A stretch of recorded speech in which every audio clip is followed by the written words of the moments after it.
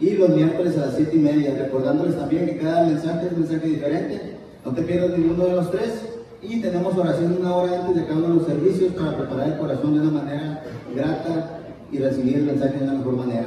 También recordarles, hermanos, tenemos oración de lunes a viernes de 6 a 8:30 de la mañana y los sábados de 6 a 9 también para que vengan. Recordándoles también, hermanos, que cuando tú pones a Dios primero desde el inicio del día, Dios se mueve poderosamente por el resto de él. Amén.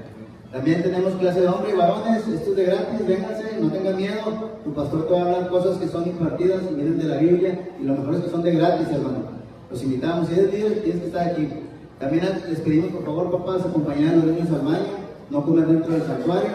Recordemos que todo lo que está aquí le pertenece a Dios, incluyendo la atención. Por favor, hermanos, celulares, modo vibrador. Si es una llamada importante, puede salir en la parte de atrás, de preferencia antes o después del servicio. Y recordarles también seguir dando a la obra. Próximas iglesias van a salir, van a anunciar necesitamos que también estar poniendo nuestra parte. Hay muchos lugares donde falta que llegue la palabra de Dios, amén. Y la responsabilidad es nuestra. Dios se mueve poderosamente, amén. También recordarle a los hermanos que van a ir a McAllen, les recordamos que en el servicio de la tarde, al finalizar el servicio, va a haber una pequeña junta. Todos los que están apuntados en la lista, los que vayan a asistir, va a haber una junta. Por favor, vengan y formen parte de eso también. Pues todo lo que tengo por anuncios, hermanos. Un fuerte aplauso de entre mí y pastor.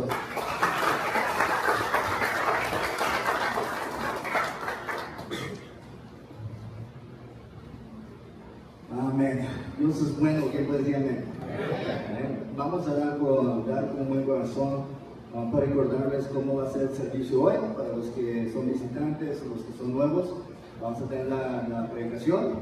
Luego, después de la predicación, hacemos el llamado del altar. Después del llamado del altar, regresamos a nuestra silla y luego hacemos lo que es celebrar la última cena y de que Cristo resucitó, ¿verdad? Y eso lo hacemos juntos como una iglesia, celebramos en oración y ya nos vamos, ¿verdad? Entonces, después del altar, por favor, no se vayan, ¿verdad? Hay unos que nomás se acaban del altar y ya están por la puerta saliendo por allá. Entonces, recuerden, estamos aquí para celebrar a Cristo y de que Él resucitó. Entonces, nomás para que sepan, y vamos a dar con un buen corazón esta mañana. Le voy a pedir aquí al hermano Ángel que ore por los diezmos y las ofrendas. Padre Celestial, una vez más, Señor, clamamos a ti porque tú bendiciendo a cada uno de mis hermanos, Señor, bendiga su negocio, su trabajo, pero sobre todo su corazón generoso, Señor, que hoy ha sido abierto para que podamos depositar estos diezmos y estas ofrendas en amor a ti, gratitud a ti, Padre mío.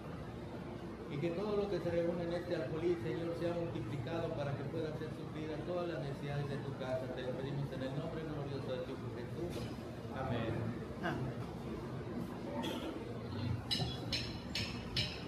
También nomás checar algo porque lo puse al revés. Ok, sí está funcionando. Le digo, si no, traigo todo el sermón y ni salió el sonido, y me ha pasado, gracias a Chuy. O sea, pero hoy lo voy a perdonar porque resucitó Jesús, ¿verdad? Y hay que perdonar a los que nos lastiman. Pero vamos a entrar a la palabra de Dios y quiero predicarles un mensaje que se llama Edificando el Templo. Edificando el Templo. Hay una noticia unos años atrás que se llama, y el título decía, americanos van en busca de la tumba de Genghis Khan. Genghis Khan fue un hombre que en un tiempo había conquistado 2/3 del mundo. Y decían que ese hombre fue enterrado con mucho tesoro. 2,000 soldados lo siguieron a enterrar su cuerpo en un lugar secreto. Y luego había unos asesinos que fueron y mataron los 2,000 soldados para que ellos nunca pudieron, para que no pudieran decir dónde estaba su cuerpo. Y luego los asesinos regresaron a su pueblo y los mataron a ellos también para que no dijeran dónde está el tesoro. Entonces hasta hoy en día la gente va en busca de la tumba de Genghis Khan porque quieren encontrar el tesoro. Si lo encuentran, no se les olvide dar el diezmo a la iglesia, amén. Pero la cristianidad es lo contrario.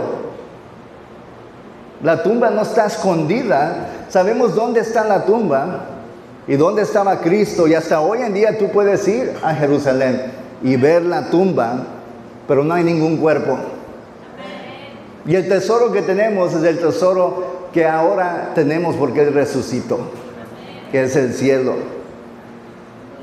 Vamos a leer sobre un momento antes de que murió Jesús, en donde están parados enfrente de un templo físico.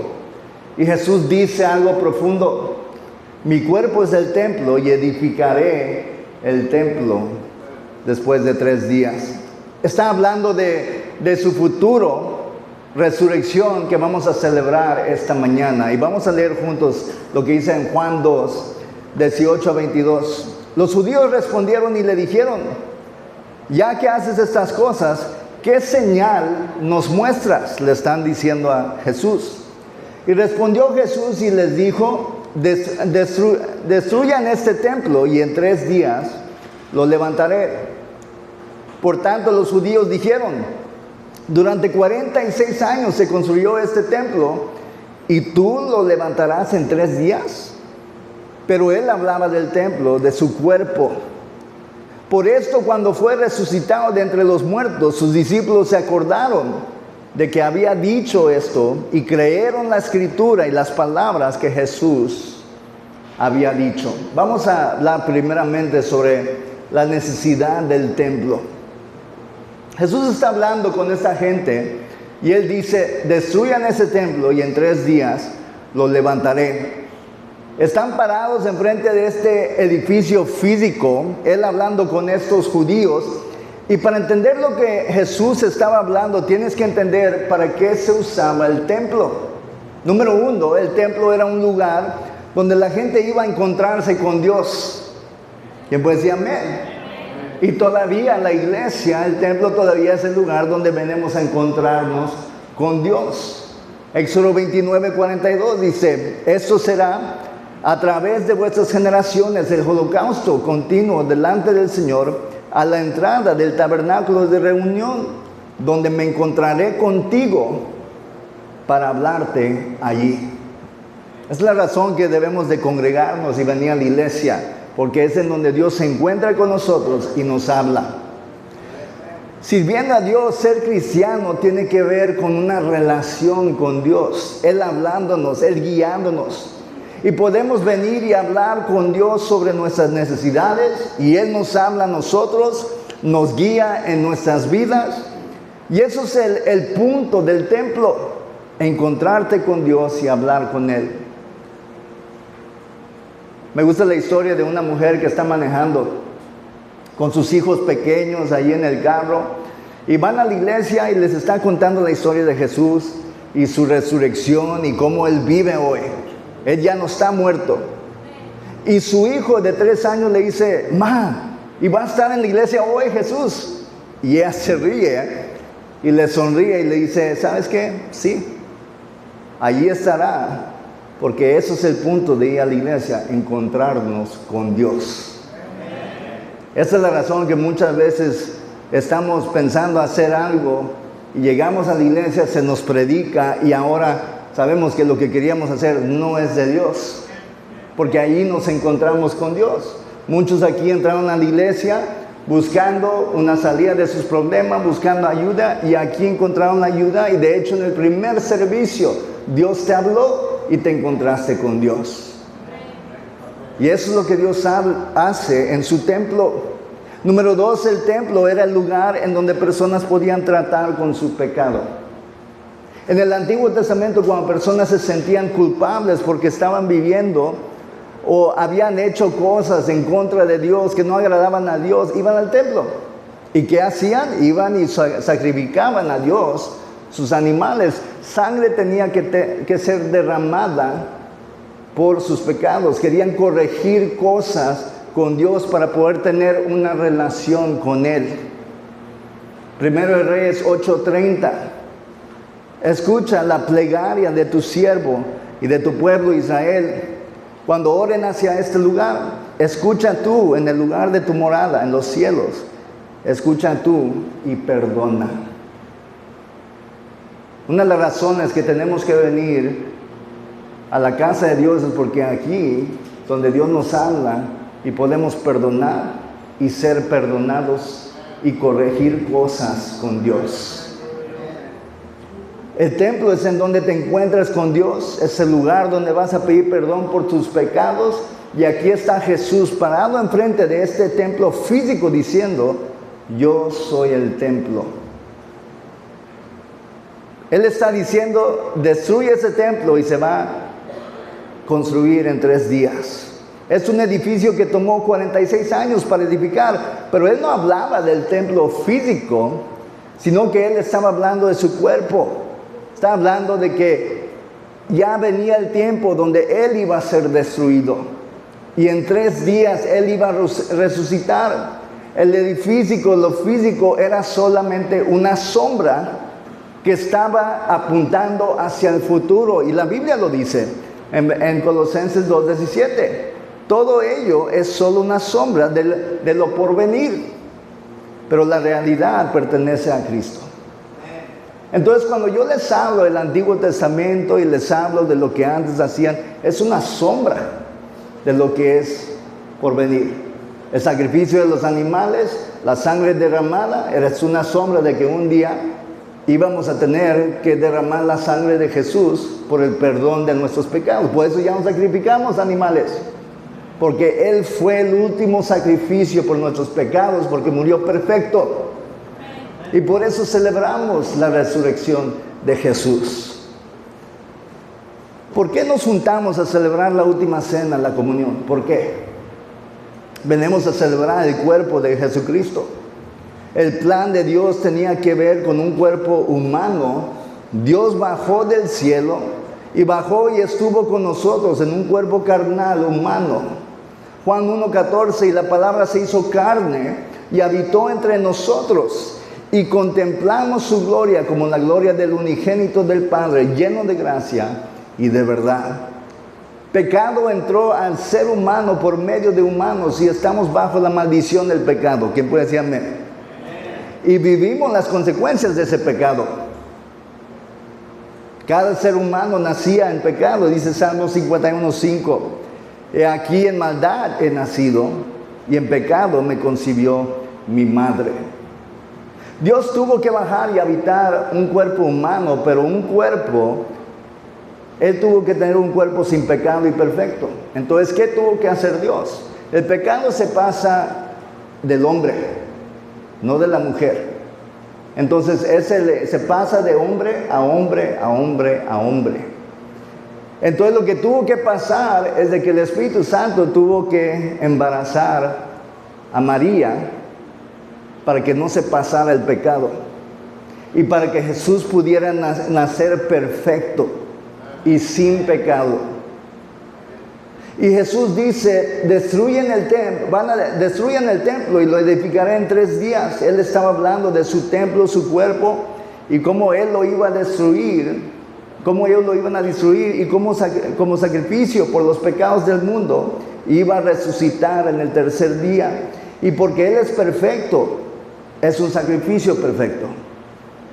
Y porque es un sacrificio perfecto, Él puede tomar todos nuestros pecados y clavarlo a la cruz. Algo interesante sobre lo que está ocurriendo aquí con los judíos. Los judíos tenían enemigos, tenían a gente que quería destruirlos, y ellos están esperando el Mesías. Pero ellos creen que el Mesías va a llegar y se va a encargar de todos sus enemigos aquí en este mundo. Creían que Él iba a establecer su reino aquí en este mundo, en la tierra. Y a veces así somos, así es el ser humano. Algunos aquí han intentado componer tu vida desde el exterior.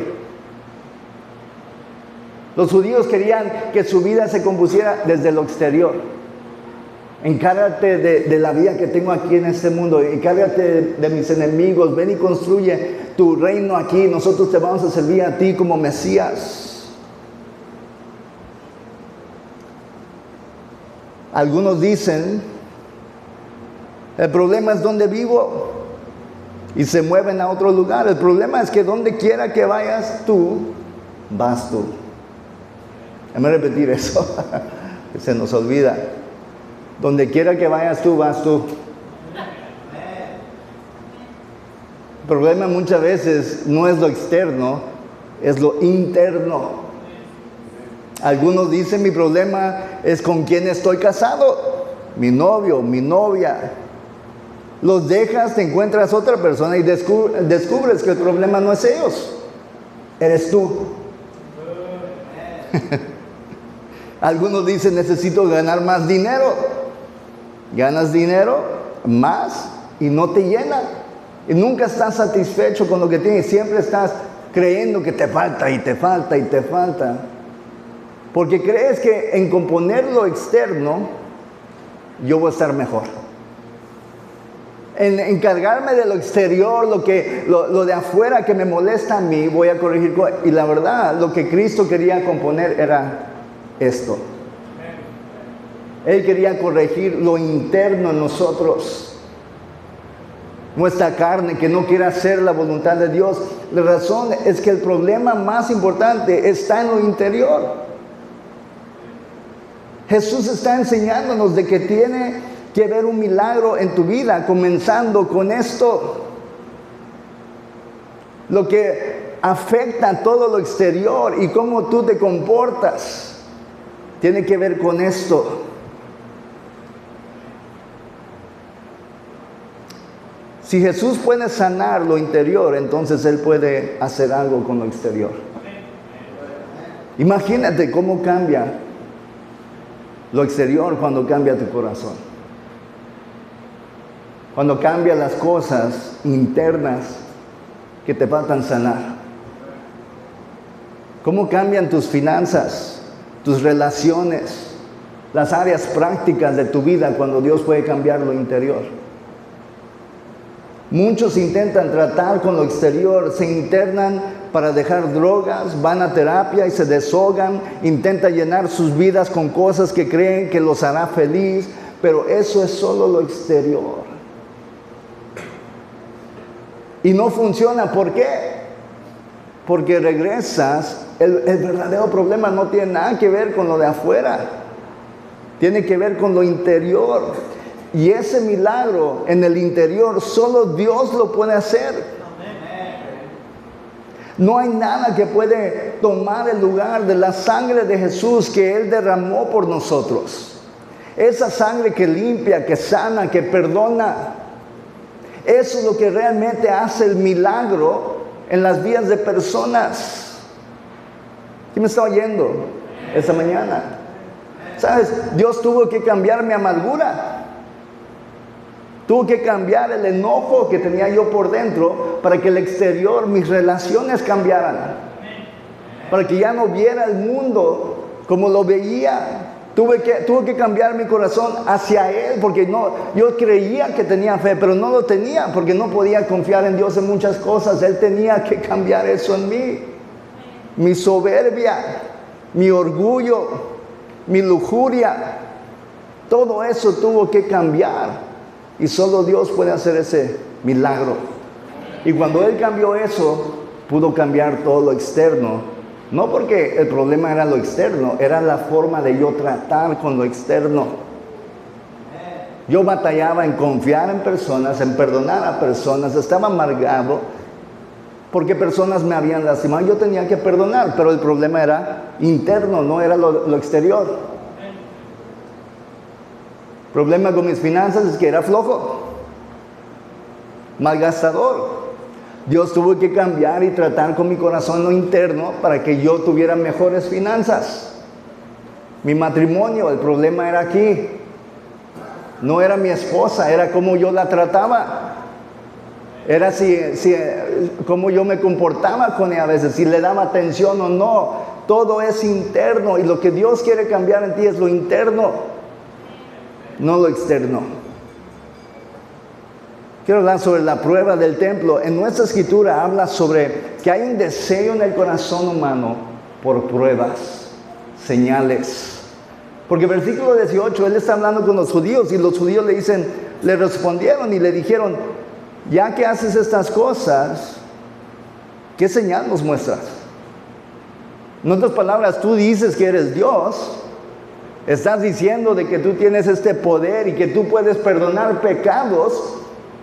Yo quiero ver señales. Muéstrame, porque es pedirnos a nosotros a que creamos en ti. Eso es algo grande. En los ojos de estos hombres Jesús estaba diciendo algo radical. Eso de perdonar pecados. La razón que Jesús era tan controversial en esos tiempos y todavía hoy, la verdad, es porque Jesús no estaba diciendo que Él era bueno. Quiero que me oigas. Él no estaba diciendo que Él era bueno, Él estaba diciendo que Él era Dios. A Él lo crucificaron por blasfemia. Lo acusaron de decir que Él era Dios cuando no lo era. Entonces esta gente está diciendo: si todo lo que tú dices es verdad, queremos pruebas de que tú eres quien dices que eres. Y hasta hoy en día todo lo que creemos depende de esto, de que Jesús es Dios. Nuestra libertad del pecado depende de esto, de que Jesús es Dios. Juan 8:32, y conoceréis la verdad, y la verdad los hará libres. Nuestra habilidad de poder ir directo con Dios y hablar con Él viene de lo que hizo Jesús y de que Jesús es Dios. La Biblia dice que cuando Él murió se rompió el velo desde arriba abajo. ¿Por qué? Porque es Dios que rompió el velo. El velo que menciono es que en los tiempos antiguos en el templo había un velo que separaba a la gente de la presencia de Dios. Y si tú ibas a pasar por ese velo, tenías que hacer todo un ritual y limpiarte de todo pecado, y te amarraban a veces un cordón al pie, porque si tú entrabas y no estabas limpio de pecado, morías en la presencia de Dios, en donde estaba el arca. Entonces tenían que hacer todo ese ritual, y cuando Cristo murió, rompió el velo diciendo: ahora, porque mi Hijo murió por ti, tú puedes entrar a mi presencia sin que mueras, porque Él murió por todos tus pecados y los dio acceso a Dios. Y por eso podemos venir, congregarnos y sentir a Dios aquí. Y Dios nos habla directo. Ya no es como antes, donde el sacerdote entraba y hablaba con Dios y luego tenía que salir y decirle a todo el pueblo.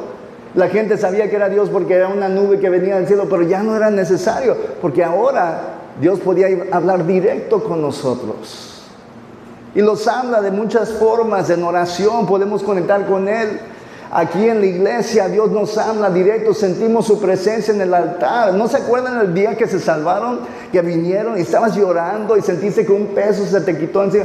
La presencia de Dios hace eso. Nos dio la oportunidad de llegar al cielo y tener vida eterna, porque Jesús es Dios. Pero solo si Jesús es Dios. Ahora, ¿por qué es importante que lo que dijo Jesús es la verdad? Porque si Jesús mintió sobre eso, entonces se puede dudar sobre todo lo que Él enseñó y todo lo que Él dijo. Si la resurrección es una mentira, ¿para qué ser cristiano? ¿A quién estás siguiendo? ¿Una persona que mintió? Significa que no hay perdón por pecados, porque no murió una persona perfecta por nuestros pecados. Que no hay esperanza, porque no podemos vivir de la forma que Dios pide. Es imposible. Que no hay recompensa en el futuro, ni reunirnos con aquellos que amamos, que murieron creyendo en Jesús y siguiéndolo. Eso es lo que significa si Jesús no es Dios. Juan 1:1 dice esto: en el principio era la palabra, y la palabra era con Dios, y la palabra era Dios. Y dice en Juan 1:14: y la palabra se hizo carne y habitó entre nosotros, y contemplamos su gloria como la gloria del unigénito del Padre, lleno de gracia y de verdad. Jesús es Dios. Y quiero que veas la importancia que le dio Pablo a Jesús ser Dios. Esta es una escritura que no vas a ver todo el tiempo en tu estado. 1 Corintios 15:19. Si solo en esta vida hemos tenido esperanza en Cristo, somos los más miserables de todos los hombres. En otras palabras, si Cristo vino y estuvo entre nosotros, y solo en tenerlo aquí físicamente tuvimos esperanza, y no tenemos esperanza ya después de que murió, somos los más miserables.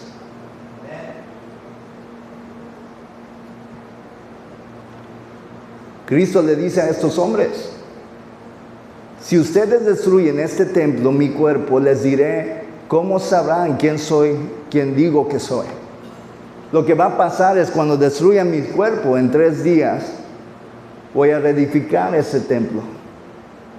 Y Él estaba hablando de su cuerpo. La forma que ustedes, la señal que quieren ver de que yo soy quien digo que soy, es de que me van a matar y en 3 días voy a vivir. La resurrección de Jesús es la prueba de que Él es quien dice quién es. De que Él es Dios y que nuestros pecados fueron pagados en esa cruz, clavados a esa cruz. Y que somos limpios por su sangre cuando confiamos y creemos en Él. Romanos 1:4, y quien fue declarado Hijo de Dios con poder según el Espíritu de santidad por su resurrección de entre los muertos, Jesucristo nuestro Señor. Es interesante que la fundación de nuestra religión es una tumba vacía. Esto es lo que hace la religión de nosotros diferente a todas las religiones. Otras religiones tienen una tumba con las personas que comenzaron esa religión. Seguidores de esa religión van y visitan la tumba de su líder que ha muerto. Pero nuestro líder sigue vivo. No tenemos que ir a la tumba solamente para ver que Él no está ahí. Venimos a la iglesia para estar con Él, en su presencia. Podemos ir con Él en oración y estar con Él y hablar con Él y oír de Él. Pero el de nosotros no está en la tumba porque Él resucitó. Un budista se salvó, cambió de religión y la gente de su pueblo estaba molesta. Y le preguntó, ¿por qué dejaste tu religión? Tú creciste con esta religión, estás abandonando tus raíces. ¿Nunca has tenido personas decirte eso? Estás abandonando tu cultura, porque ahora eres cristiano. Y el budista le dijo a esta persona, si tú vas caminando por un camino y llegas a una bifurcación en el camino, y hay 2 hombres allí, uno está vivo y el otro está muerto, ¿a cuál le vas a pedir direcciones?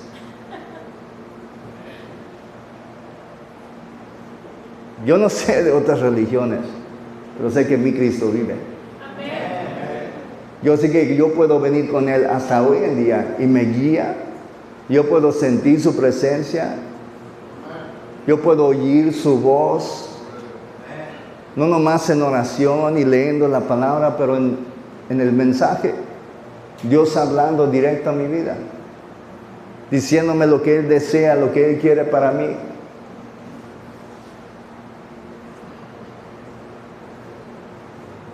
Quiero cerrar con esto.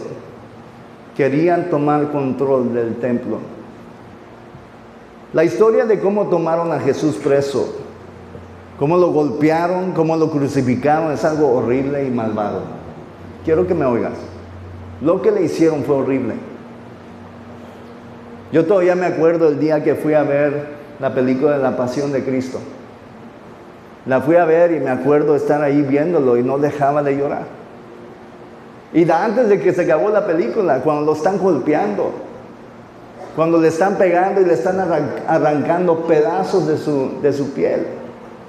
Y eso es una realidad. Si tú lees sobre cómo abusaban de la gente en los tiempos bíblicos, los romanos, es verdad lo que enseña ahí. No era un chicote así normal que ves, no, era un chicote que tenían pedazos de hueso, pedazos de metal que le pegaban al fin para que cada vez que pegara, arrancara un pedazo de piel.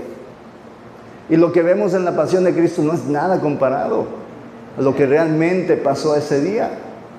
Imagínate ellos traer a Jesús enfrente de todos. Y pedazos de su piel en todo su cuerpo, le falta sangrando. El enemigo de nuestra alma, Satanás, y todos sus demonios influenciaron todo eso. Es algo motivado por lo demoníaco.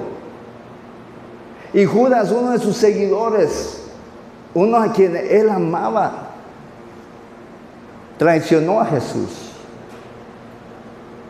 por dinero. Y la Biblia dice que Satanás entró en Judas y por eso lo hizo. Mira lo que dice en Juan 13. Después de haber dicho esto, Jesús se conmovió en espíritu y testificó diciendo: de cierto les digo que uno de ustedes me va a entregar. Entonces los discípulos se miraban unos a otros, dudando de quién hablaba. Y uno de sus discípulos, a quien Jesús amaba, estaba a la mesa recostado junto a Jesús.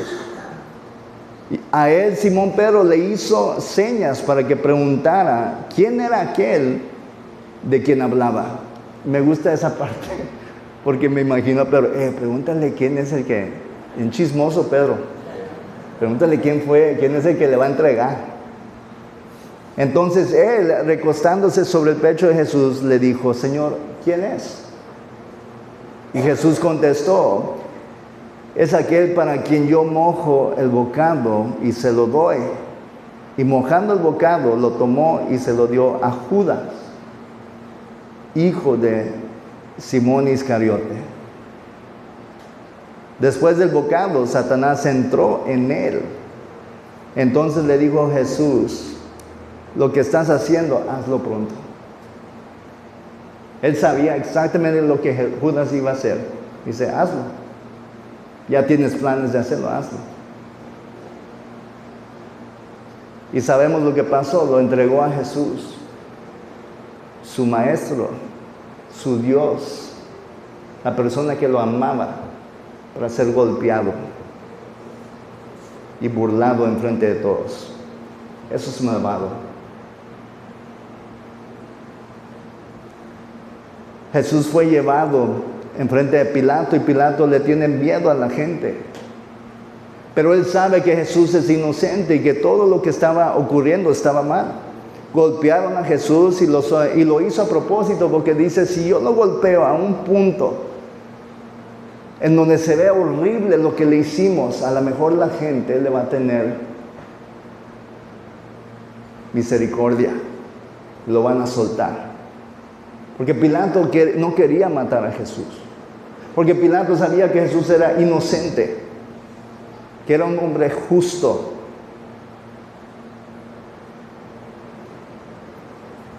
Y sabemos que Pilato intenta salvar a Jesús trayendo a un asesino.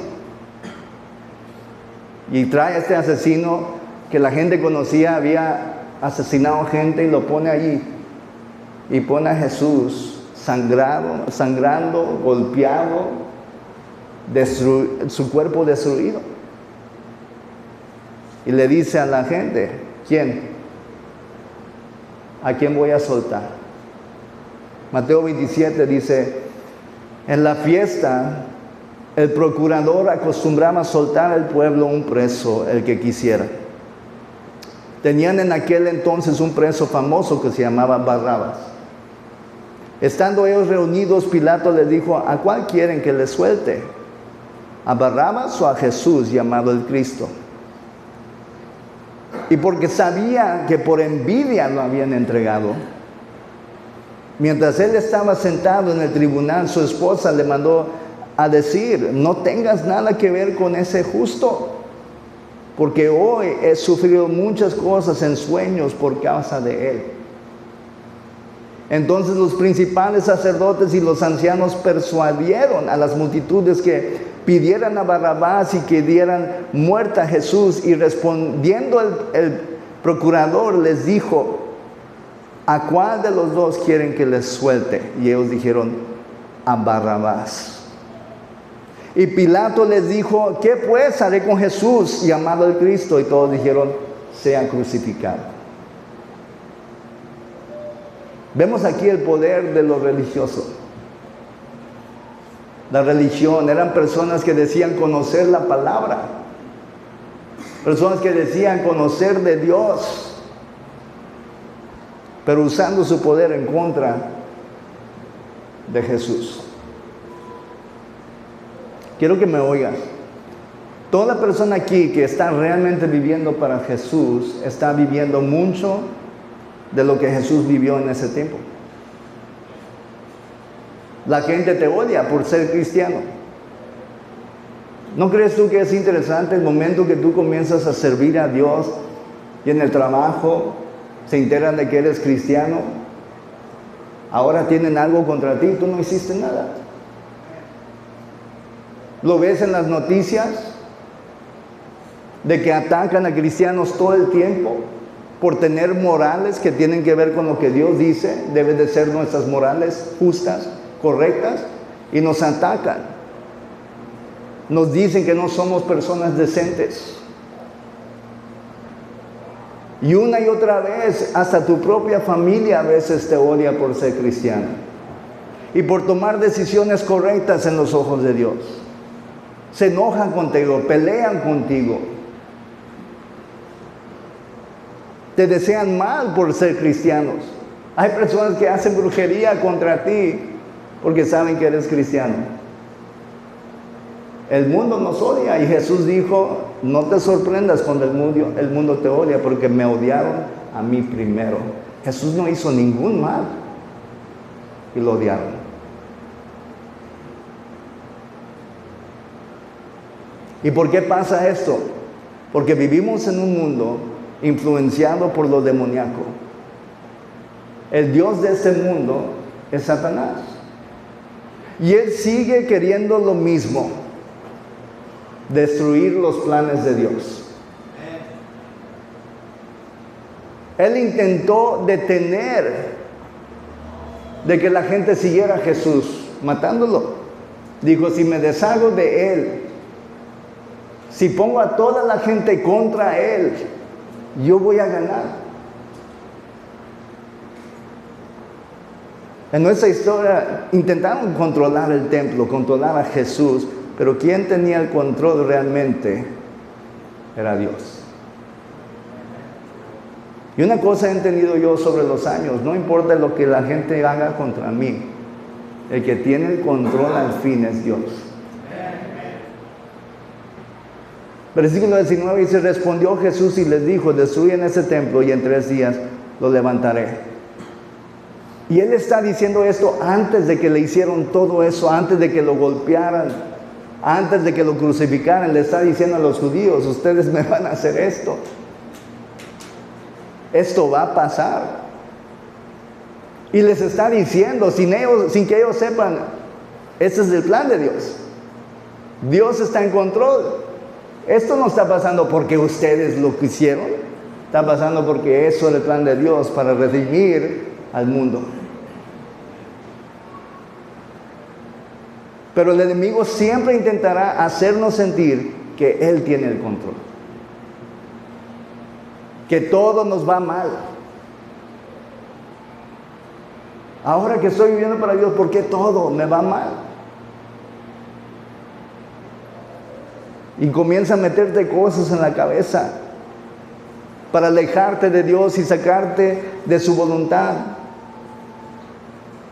Pero quiero decirte algo, Dios tiene el control y Él tiene la última palabra. Y nuestra vida aquí en este mundo es un vapor, dice la Biblia. Es poco lo que vamos a sufrir aquí, pero cuando muéramos, si estamos con Jesús, Dios tiene la última palabra y tendremos una vida eterna con Él en el cielo y nunca más vamos a sufrir con Él.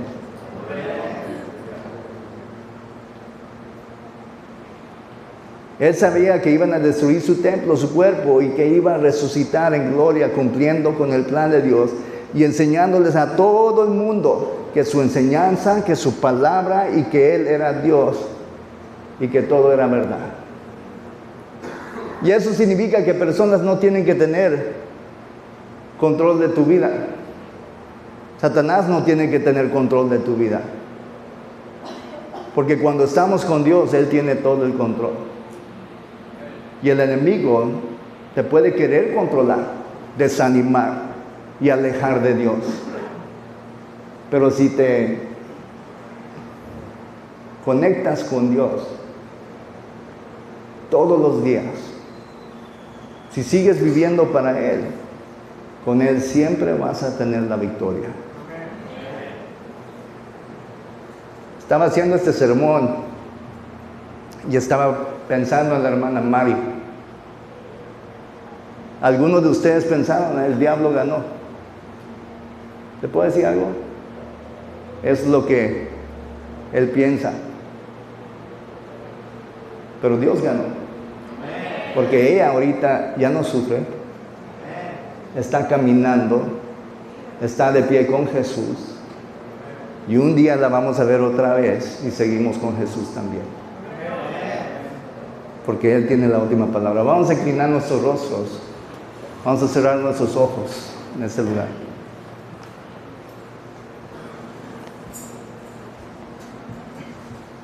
Quizás tú estás aquí y no estás salvo, no estás bien con Dios. A lo mejor por desánimo, a lo mejor hay una falta de perdón en tu corazón. Y tú sabes, yo no estoy bien con Dios. Si yo muero ahorita, yo no voy a llegar al cielo. Yo sé que si estoy enfrente de Él, hay cosas en mi corazón que Él todavía tiene que sanar y limpiar y cambiar. Yo necesito un cambio interior. Porque la verdad no estoy bien. Y hasta puedes venir a la iglesia. Puedes venir vestido, puedes venir y saludar a la gente y fingir de que todo está bien, pero tú sabes que no lo está. Y Dios quiere ayudarte en esta mañana. Si esta persona eres tú, no estás salvo, nunca has aceptado a Cristo como tu Salvador, o estás aquí y en un tiempo lo estabas sirviendo y te alejaste de Dios por cosas que pasaron en tu vida. Si esta persona es tú, quiero que levantes la mano. No estás salvo, no estás bien con Dios. Dios ve esa mano, hermano. ¿Alguien más? No estás salvo, Dios ve esa mano, hermano. ¿Alguien más? ¿No estás bien con Dios? Te alejaste de tú y dices, yo necesito estar bien con Él en esta mañana. Amén. Dios ve esas manos, hermano. Pueden bajar las manos. A la iglesia les quiero decir esto: no dejes que el enemigo te haga creer que Él está ganando. Dios tiene la última palabra. Él tiene un propósito por todo, hasta lo malo lo usa para el bien. Y aunque tú no lo veas cuando estás pasando por ese tiempo, Él está revelando cosas en ti que no sabías que estaban ahí, porque Él quiere cambiar lo interno. Y a veces por pasar por situaciones, Dios nos enseña, nos falta cambiar esto en nuestro corazón, porque Él nos quiere limpios. Él quiere ver nuestro exterior cambiar, y Él sabe que todo comienza con lo interior. Y quizás tú tienes que venir a este altar y tienes que perdonar. Tienes que venir a este altar y tienes que decir, Dios, cambia esto en mí, no sé por qué soy así. Dios, ayúdame a entregarme a mí completamente, rendirme a ti completamente. No estoy viviendo como debo. Si estoy enfrente de Dios hoy, no sé si llegaría al cielo porque no estoy rendido, no estoy rendida a Él. Dios te quiere ayudar. Quizás has pensado en alejarte de Dios. Y aquí es donde Dios te dice, no te alejes de mí. Yo quiero ayudarte. Vamos a ponerlos de pie, iglesia. Queremos venir a esos altares. Quiero que vengan. Y mientras vienes, vamos a cantar esta canción.